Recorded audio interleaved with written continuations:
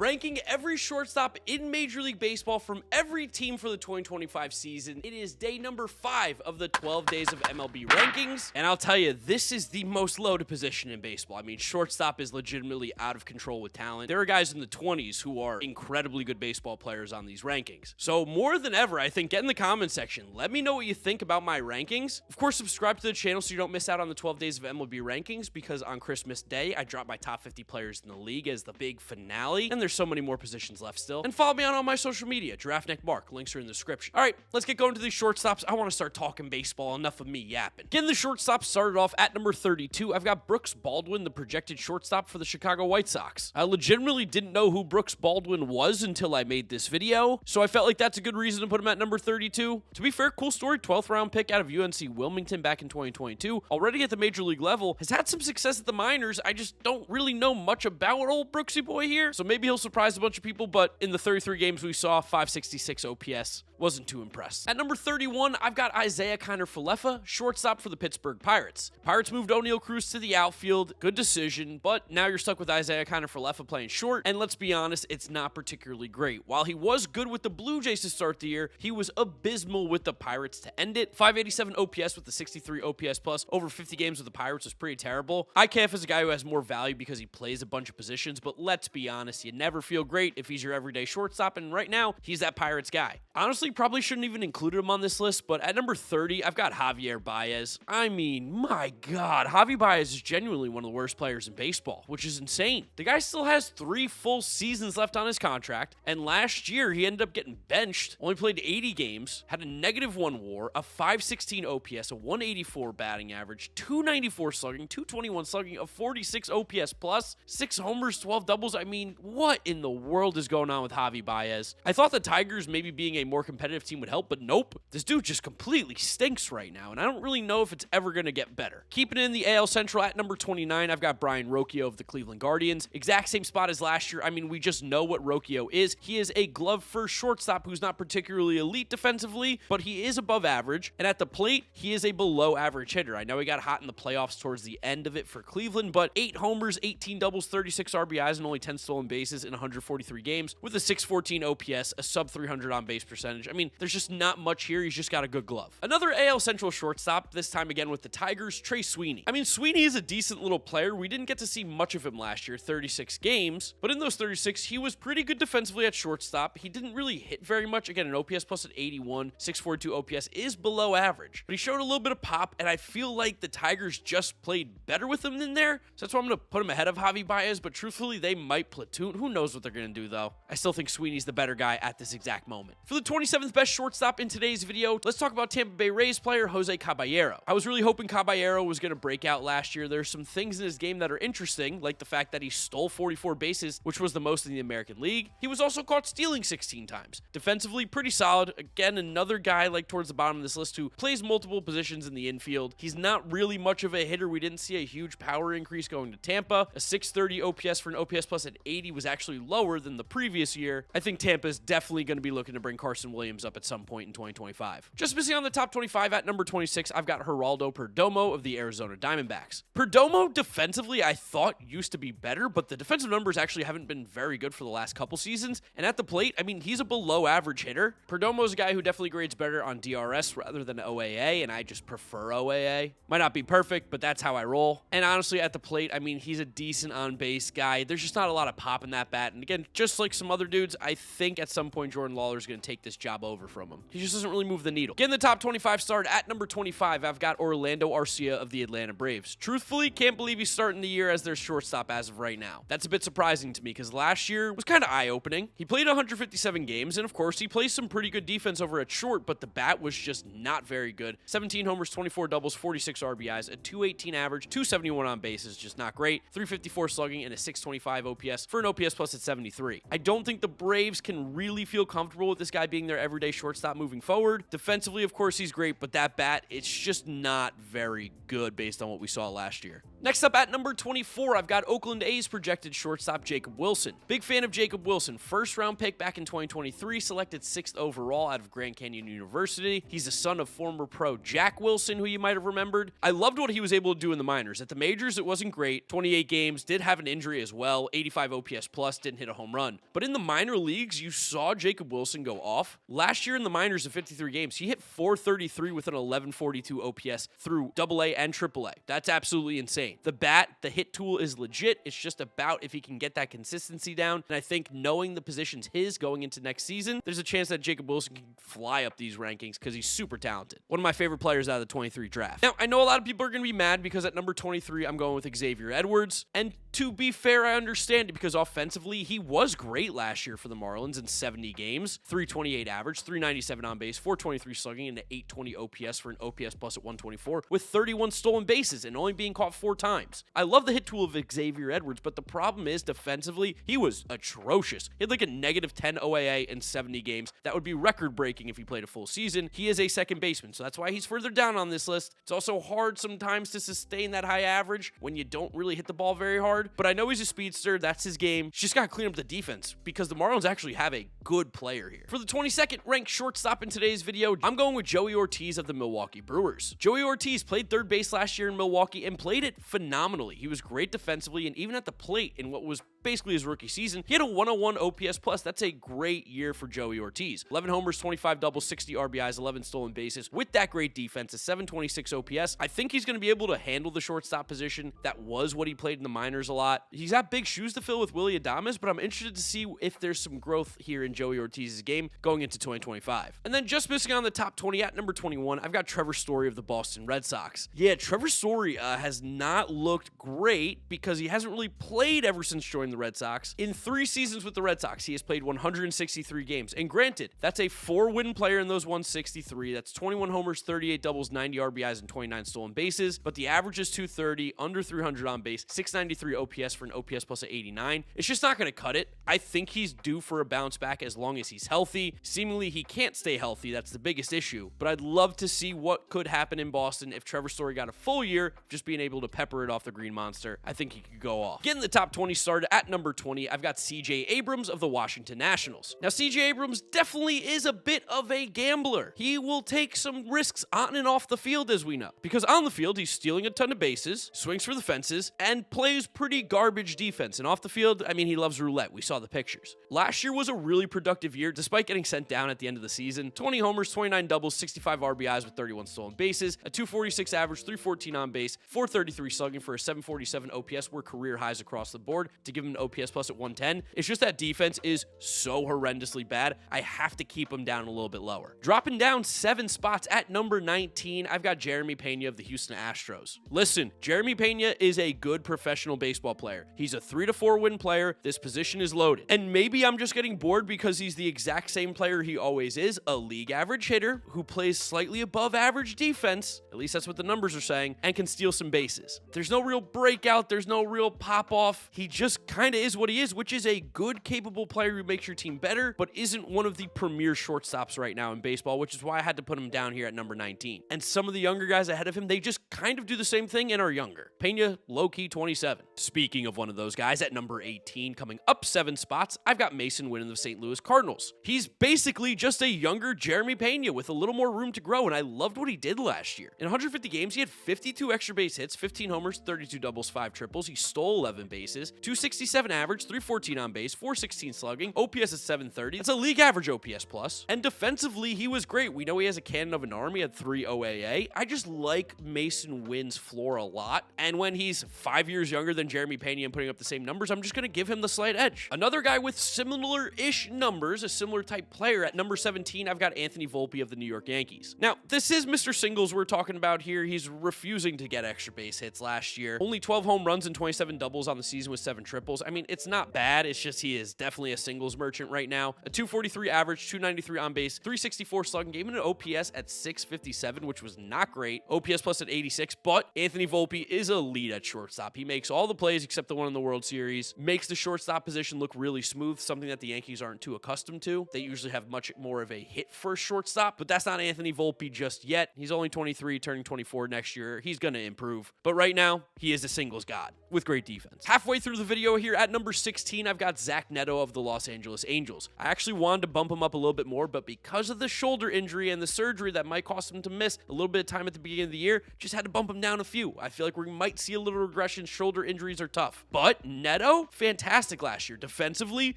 bad. OAA hates him. They were like, you're not great there defensively. But at the plate, he was awesome. 23 homers, 34 doubles, 77 RBIs, and 30 stolen bases. It is a phenomenal year for Netto. A 761 OPS with an OPS plus at 113. The Angels definitely have a really good ball player here. It's a shame he's got that injury because he had a chance to really pop off this upcoming season. Up 9 spots from last year at number 15, my boy Ezekiel Tovar of the Colorado Rockies. I am an Ezekiel Tovar stan. I saw him play in the Arizona Fall League a few years ago. Loved his swing then, and you're starting to see it, along with the fact that defensively, you might not find a better shortstop right now in baseball than Ezekiel Tovar. Now, he does get the Coors effect, but 26 homers, 45 doubles, the most in the National League, 4 triples, 78 RBIs is great. A 269 average, 295 on base, don't love that. 469 slugging, 763 OPS for an OPS plus at 103. He needs to walk a little bit more, and he strikes out an insane amount. He struck out 200 times last year, but that's also the copium that makes me think if he just puts the ball in play a little bit more, he might just become one of the better shortstops in the league because the defense is that good. Coming in at number 14, I'm going to go with Ha-Sung Kim, not currently signed to a team. We'll see where he ends up going. Kim is another one of these guys who's got great defense and is basically a league average hitter. This is that group right now of shortstops that are all kind of the same, and now it's up to personal preference. We have seen Ha-Sung Kim, though, reach highs that a lot of these guys have not. Back in 2023, he was unbelievable. He finished 14th in the MVP voting, a 107 OPS plus. He won a Gold Glove. He stole 38 bases. This past year, only played in 120 games, 11 homers, 16 doubles, 22 stolen bases, a 700 OPS for an OPS plus at 96. So it wasn't as good, but he's still a very solid player, and I'm really interested to see where he signs this offseason. Coming in at the number 13 spot, going out west to the Seattle Mariners to talk about J.P. Crawford. As good as J.P. Crawford's 2023 was, it was about as bad in 2024. Only played in 105 due to injury. The bat was not nearly as good as it was. It actually kind of regressed back to where he used to be. 625 OPS for an OPS plus at 86. I'm not giving up hope on him, though. I like him as a player. He did show huge signs of improvement in 2023 that made me think it's sticky. Defensively, he can be a little bit shaky at times. Similarly, OAA doesn't love him. DRS likes him more. So it depends what you value, but again, on my neutral scale, I think he's the 13th best shortstop in baseball right now. Dropping out of the top 10, at number 12, I've got Dansby Swanson of the Chicago Cubs. Another guy who is elite defensively. You could make the argument the best defensive shortstop in the game, but we now seen a second straight season where the offense has declined and declined. Since he's gotten to Chicago, he has been a basically league average hitter with great defense. I'm going to give him the benefit of the doubt as well because we have seen him reach some higher highs, like back in 2022 with the Braves in his contract season, where he finished with an OPS plus at 114. But 16 homers, 27 doubles, 19 stolen bases, and a 701 OPS just isn't top 10 material right now. But because his glove is that good, all he has to do is hit for a high average, and he will be a top 10 guy again. Another guy dropping out of the top 10 at number 11, down 5 spots. I've got Xander Bogarts of the Padres. Yeah, Xander.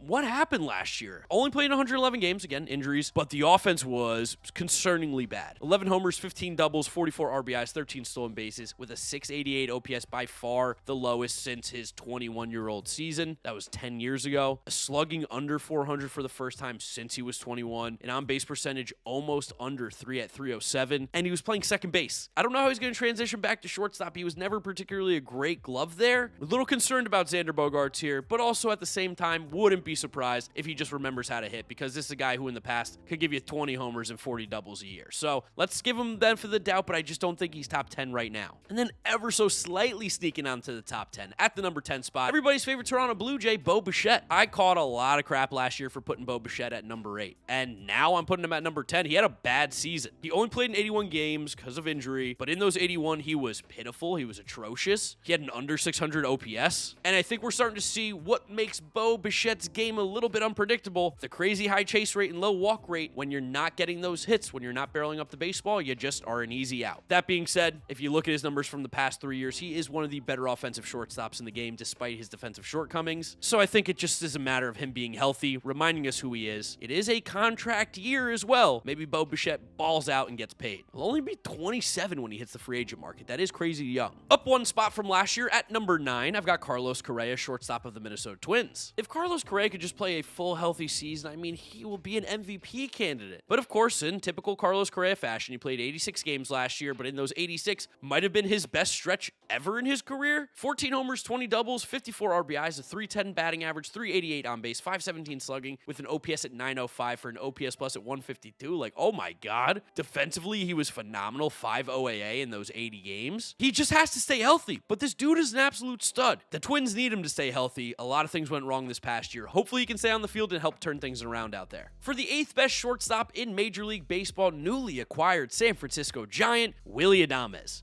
After a down season in 2023, Willie Adamez bounced right back in a contract year, 32 homers, 33 doubles, 112 RBIs, and 21 stolen bases. What a season. 251 average, 331 on base, 462 slugging for an OPS just below 800 at 794 and an OPS plus at 118. Defensively, he was about league average, maybe slightly better. I'm really interested to see what his offensive game looks like going from Milwaukee now to San Francisco. Less of a hitter's park, but 30, 30, and 20 with good defense, I mean, that's a top 10 shortstop right there. Dropping down a few spots at number 7, I've got Philly shortstop Trey Turner. Trey Turner's very good. This position's absolutely loaded. I mean, you could make the argument that he's still an elite player maybe at the position, but because of how loaded it is, we gotta drop him down a few spots after what was a good year, but not on pace with the guys in front of him, which is just insane to say because he was a 124 OPS plus guy last year, 24% better than league average. He finished with almost a 300 average, an 800 OPS, 20 homers, 25 doubles, and nearly 20 stolen bases. One of the downside in Trey Turner's game, not a good shortstop defensively, and he doesn't really walk, and he chased a bunch this past season, but in Philadelphia, in that lineup, he's going to be a stud for a very long time. So his drop is less about him declining, but others getting better. I mean, even missing out on the top 5 here at number 6, Elly De La Cruz. Elly De La Cruz is one of the most talented players in Major League Baseball. I know people are going to be screaming in the comment section that I have him this high, but he was one of the most valuable players in baseball last year. He finished 8th in the MVP voting. He is disgusting defensively, 25 homers, 36 doubles, 10 triples, 76 RBIs, a Major League best 67 stolen bases. Yes, he struck out 218 times, but he had an OPS at 809, and he's only 22. He had 15 OAA. He's the fastest player in baseball. He hits tanks. How do you not love Elly De La Cruz? But again, the position's so loaded, I just can't get him inside the top 5 just yet, because still coming in as a top 5 shortstop, getting the top 5 started, I've got Cory Seager of the Texas Rangers. Now, while Seager definitely has some defensive shortcomings last year, he was actually amazing defensively. 6 OAA, which is shocking for a guy who typically doesn't hang around in that range. And let's be honest, what you care the most about with Cory Seager is hitting, and he hit 30 home runs again with a 278 average, 353 on base, 512 slugging for an OPS at 864, OPS plus at 145. Yeah, it's down from his 2023 where he went just insane with 1,000 OPS in 120 games. Similarly to Carlos Correa, keep him on the field, your team will be successful. Last year, he missed a bunch of games, but he's still one of the 5 best shortstops in the league. This one pains me. Coming in at number 4, I gotta put my boy Francisco Lindor. Again, this position is so loaded, and as much as I love Francisco Lindor, I think there might be 3 players better than him right now at the position. That being said, oh my God, what a good year he had. Second straight season with the Mets, putting up a WAR over 6, and even in 2022, 5.6, so he's been amazing. Last year was the best season of his career, without a doubt. 33 homers, 39 doubles, 91 RBIs with 29 stolen bases, hitting 273 with a 344 on base, 500 slugging, and an 844 OPS for an OPS plus at 138. And the defense is out of control. He finished second in the MVP voting. He won the Silver Slugger. I mean, Francisco Lindor is a freak. He's so dang good, and I can't believe I get to watch him and Juan Soto for the next, 7-8 years. What a great time to be a Mets fan. Francisco Lindor just not in the top 3, which is crazy, because coming in at number 3, newly minted shortstop of the Dodgers, that's going to be Mookie Betts. They announced he is going to be playing shortstop. Tommy Edmonds moving to the outfield. And while I think there's a debate to put Francisco Lindor ahead of Mookie because at shortstop, he's not that great defensively, and Lindor is, and their offensive numbers were similar last year, Mookie Betts just has the ability to be one of the 3, 4, 5 best players in Major League Baseball on a given day. And even though it's kind of a new position, I think he is better than Francisco Lindor still. Last year was not his best year at the plate. 19 homers, 24 doubles, 75 RBIs with 16 stolen bases, 863 OPS, but he was blazing hot before his injury and then kind of cooled off a little bit after that. Still good enough to be an all-star, MVP candidate, World Series champion. I mean, Mookie Betts is an all-around stud, so it feels dirty to have him in front of Lindor, but it's also probably right. So Mookie Betts at 3. And then just missing out the number 1 spot at number 2, I've got Gunnar Henderson of the Baltimore Orioles. Gunnar was a 9-win player last year. 9.1 baseball reference WAR. Are you kidding me? 37 homers, 31 doubles, 7 triples, 92 RBIs, 21 stolen bases. These numbers are ridiculous. 281 average, 364 on base, 529 slugging, 893 OPS for an OPS plus at 159. I mean, my God. What's even crazier is he finished 4th in the MVP vote in the American League. That's how loaded it was last year with Judge, Soto, and of course the guy who's going to be at number 1 here coming up. But Gunnar really is that dude going into his 24-year-old season. He is ready to take over Major League Baseball by storm. Kind of already has. He's put up 16 WAR in 340 games. Like,